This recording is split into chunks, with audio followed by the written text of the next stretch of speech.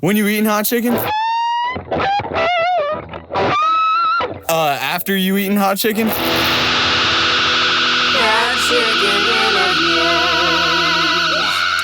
Hi there, and welcome to the first episode of the Hot Chicken Interviews, a segment of the Vinyl Press podcast. On this show, your favorite Belmont artists talk about their music and stories over Nashville hot chicken, and we'll see if they can take the heat. Today, we have the lovely Emma Ogier. Hey guys. What's up? How are you doing? I'm good. I'm scared. Me too.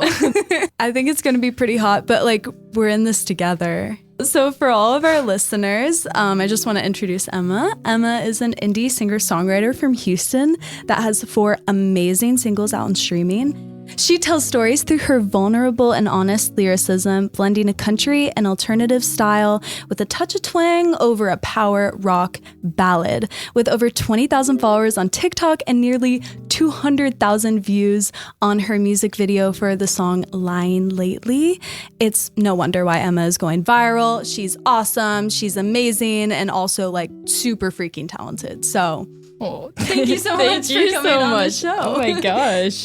Thank you. Yeah, Wow. of course. Question 1. I want to hear a little bit more about your background.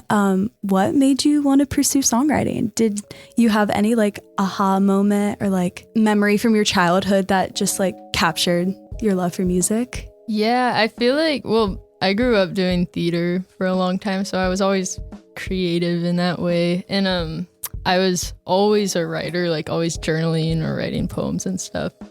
And then in high school, I think probably my first year of high school, my older brother, Aiden, who just graduated from Belmont. Oh, cool. Yeah, he started writing songs, and he self-produced an EP and an album that his junior and senior year. And I sort of would just listen to him from my room and be like, I want it. I could do that. Can I try? Yeah, I didn't really know how to play instruments very well, but I figured it out because my brother or my dad would always accompany me when I'd want to sing, but I was I can't do that forever, and I gotta learn. So yeah. I learned instruments, and then I just started writing, which was just writing what I knew. So it was verse, chorus, pre-chorus, bridge, that whole thing. And then it sort of became so much more than that over time. I think I really stepped into songwriting and was oh, this is a real reflection of everything I feel internally and think about all the time, but don't necessarily know how to word. And I never had felt very well spoken, so songwriting was oh, I can really say something here. Yeah. And I think it's a pretty powerful gift, because you also get to share that with people and in turn maybe help someone or change people. And so I think it's pretty cool and fun. But yeah, that's how I got into it. That's so cool. Chicken time! Okay, I've been eyeing this chicken. Should we just rip off the Band-Aid and get into it? I'm so nervous. Sure. Yes. Okay.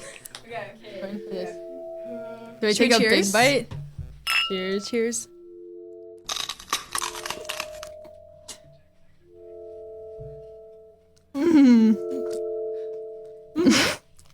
Good job, guys. Yummy.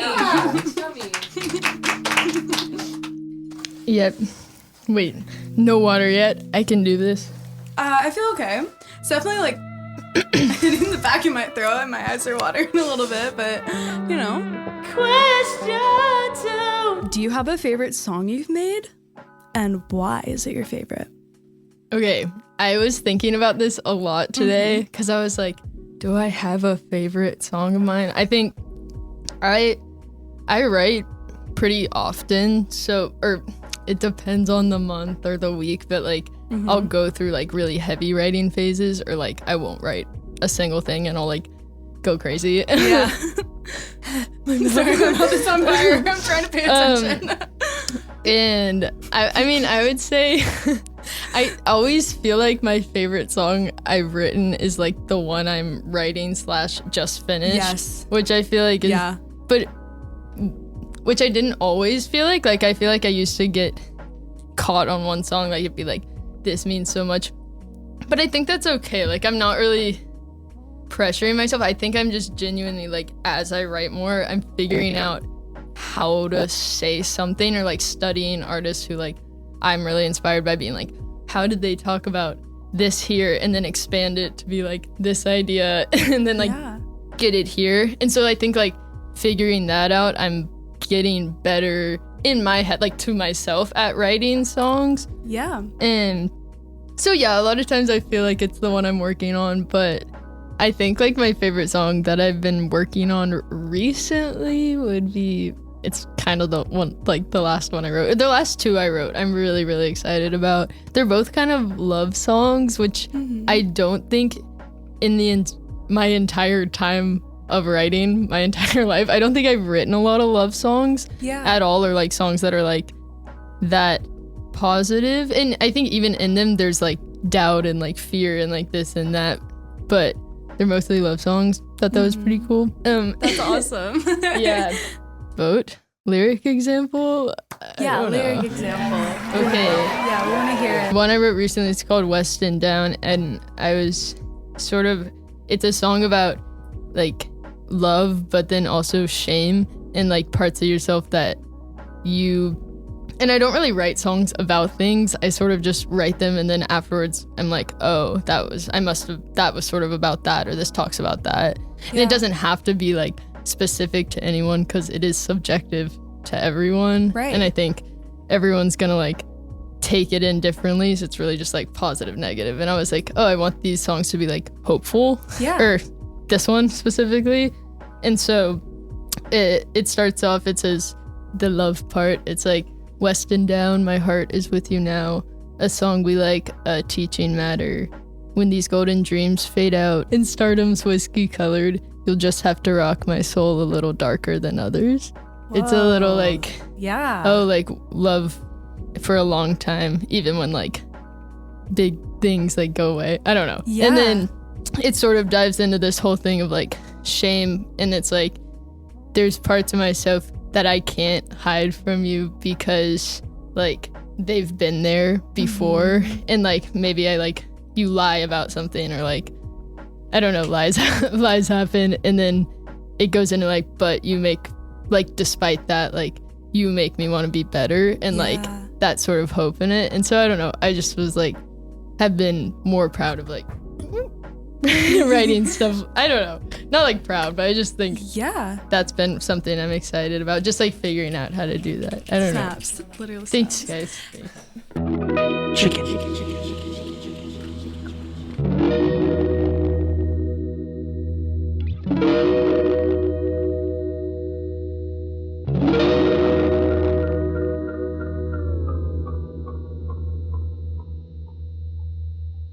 Question 3. Continuing on the songwriting route, we can like keep Sure. talking about that. What does your songwriting process look like? Do you do lyrics first, guitar first? Oh, it's definitely changed over the years, but what works best for me is I basically just sit down whenever I want to, whenever I don't want to do other things, whenever I like want to write songs, whenever I don't want to write songs. I just sit down and I play, and I put on my voice memos and sing, just like whatever comes out. And I do that, and then I stop the recording once I like, if I hear something in there that I'm like, oh, that was like a good melody, or I liked that line. And if it's like a good line, I'll go write it down. Mm-hmm. And if it's a good melody, I'll like just like work with that. And if there's nothing that like stuck, then I just like start over and do a different one. Heard. And so I'll just sit there for a long time. And then if there's like a good one, I'll like write that down and then build on it, and then like finish the song. Or like, I don't know, sometimes I'll get a verse from that, or like verse and pre-chorus, or maybe just, oh, that's a pre-chorus, or like, oh, that's a chorus or something. But I don't really think about this structure too much. Cool. Like, it could be, I don't mind if there's 4 verses and nothing else, and it could be like verse, chorus, or like Yeah. just a big long chorus. I don't know. Like I Yeah. think songs like don't really need to have structure. It makes them more accessible and like Yeah. obviously like sell better if they do. And I think most of my songs end up having some sort of structure, but I never like try to do that. Well, just like talking about songwriting, I want to ask you about co-writes. Are you a fan of co-writes? Do you do them often, or? I have mixed feelings about them. I'm not against them. I think they're great. That's how like all of the hits are written, and a bunch of amazing songs were co-writes. So I have nothing against them. I have a hard time sometimes in them, just if it's a right for me, which I don't do very often. Like that's a little bit harder because my songwriting process is very like, I don't really know where it's coming from. Like it's sort of just like whatever comes out. So I have a hard time like sitting with someone else. And obviously I don't like sit there and like write, I don't know, for myself. So it's sort of like a collaborative effort. Right. So I do really enjoy that for like the challenge of it and just for fun. Like it's so fun to co-write. But I think when I'm writing for like my own project, I like put a little more pressure on it. So like I have a hard time like letting someone else into that. Yes. But there's definitely people and like friends who have been really showing me recently that I actually do love to like write with people. And like the other week, my roommates and my brother and I, we all got together and we just like sat around for hours and like finished something that we had started, and then like and then we just like recorded it that night at our house and just like hung out the entire day. And I was like, that was awesome. so fun. And it wasn't like for anything, no one's heard the song. It's just like we did that. And then after, I was also like inspired to like write other stuff, and I was like, wait, that was like fun. And I want to like hang out and write with my friends more. But that's so cute. Chicken. And question 4. Okay. Well, more chicken. More chicken. More chicken. You have some really awesome music videos. Thank you. Yeah, I'm like, I did a deep dive on your YouTube.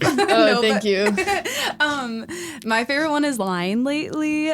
It's so cool. It's so cool. Which was directed by Joey Broadnax. What was your favorite moment on set while filming that video? Oh my gosh. I don't know. That video was so fun to film. Joey and I like, I don't know. We literally came up with the concept for that like 2 weeks. We were talking online for like a week. We're like, let's get together and make something. Had a coffee meeting. 2 weeks later, we made the video in a day. Nice. Working with Joey was probably my favorite part of it all. Like he's really just brilliant, and like his vision, or my vision, I guess, like he really brought that to life in a way I could have not really imagined, you know, like the same way, like I'll say like right now, like I have trouble talking about things, but like in songwriting can say it really well. Yeah. I also can't like articulate that in a visual way, and he articulated it really perfectly. So like that was really sick. And then all my friends were in the video, which was really fun. ASMR. Chicken. Welcome back to my ASMR Yeah, challenge. one shot.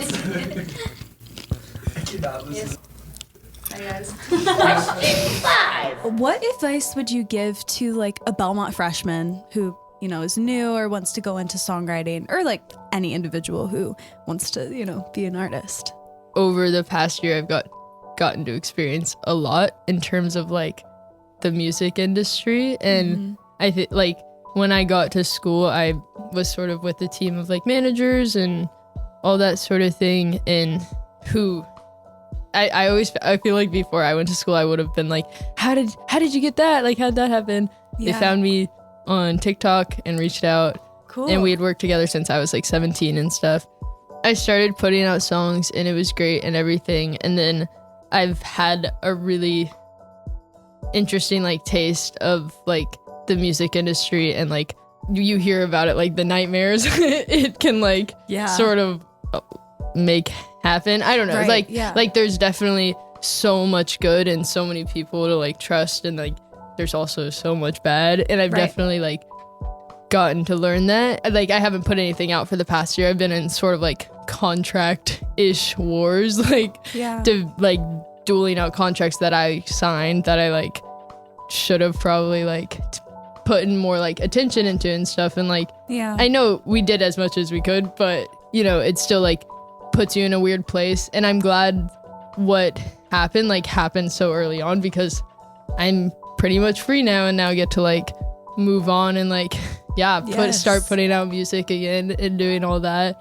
But I think just like my advice is like, be careful, like know who you're working with, and like don't trust everyone. Like, don't sign the first deal you get because like someone says it's good. It's not what I did, but it's like, just listen to people around you and ask questions, and like don't like, be real and be yourself, because everyone else is taken. One, and facts. And also like, there's no other way to be seen unless you're being like raw, and like people will feel that. This could like tap into social media too, because I think that is a huge way people are like promoting their music, and it's great. It's all in this like short form content. I've definitely like had a really interesting relationship with that, because you get told at some point like, post on TikTok 4 times a day, post on Instagram, do this, do like, you need to do this so that people see it. And like, I have trouble imagining there being a lot of longevity in something that like goes viral that isn't like just for the, I don't know, for the music. If you're like a songwriter doing the music thing, I'm like, going viral seems just like so scary to me, because I'm like, then you have to be viral. And like, if someone like, it's a great way to get discovered. I just think like keeping in mind building like a natural sort of fan base, like even if 20 people see a video you're posting or like a show you see, that's 20 like people who really care, or like if they like follow you from that or talk to you after the show, it's like those people care, and like those are fans. And like the virality of like the whole thing, it's so hard to maintain, so it just like wouldn't, I don't know, I just feel like you can like grow so naturally. Chicken.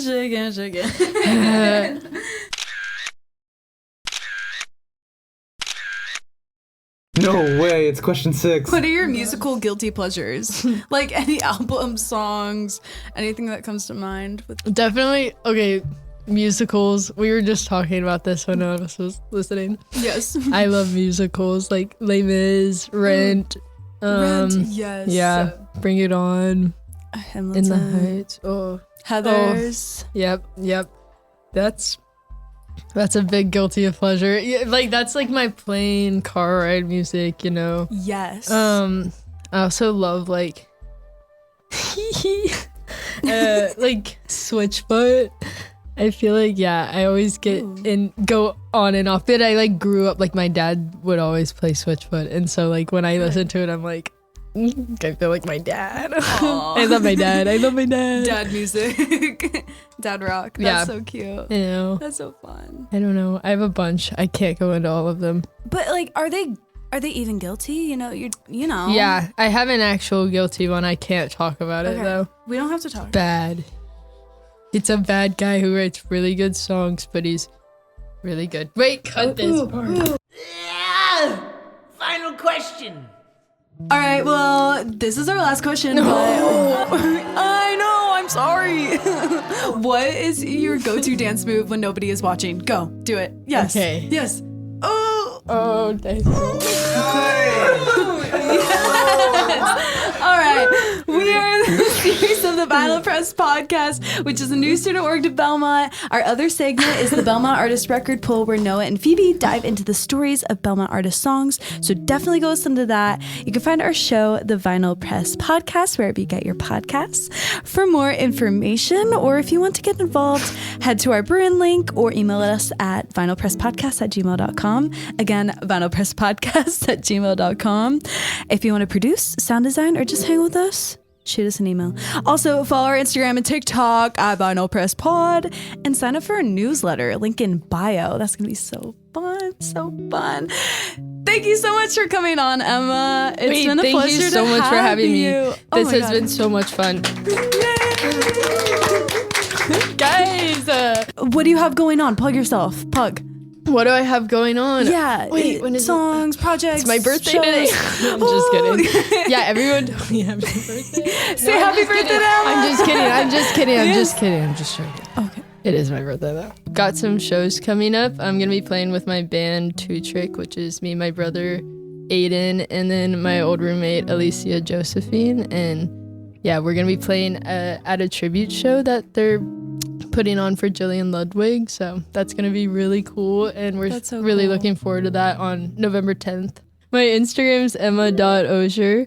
My TikTok's I'm a ogre, IMMAOGER.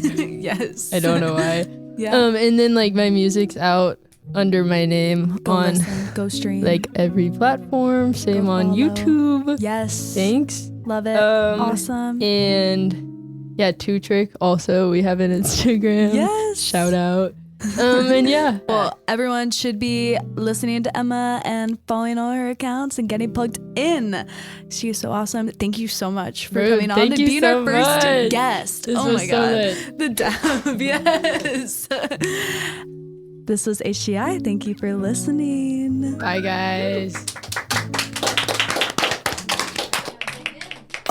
When you eating hot chicken? After you eating hot chicken?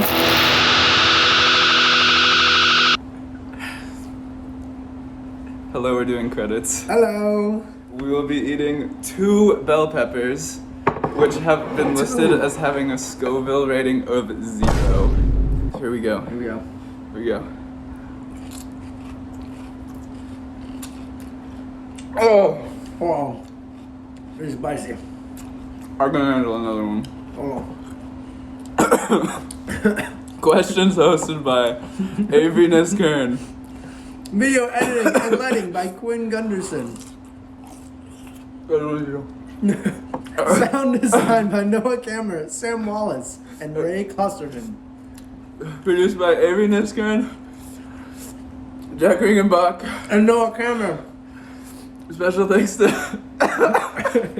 to Emma Ogier for surviving set and eating these questions. To Jack Ringenbach and Gigi Engelhardt for compromising their integrity to sing on the intro. To our academic advisor, Professor Aaron Duvall. Couldn't do it without you. Thank you, Aaron.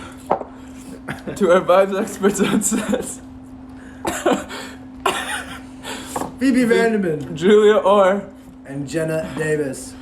And huge special thanks to Dr. Aaron Younes of the Institute of American Universities for early support of the Vinyl Press podcast. Woo! Thank you. Oh my god, that was really spicy.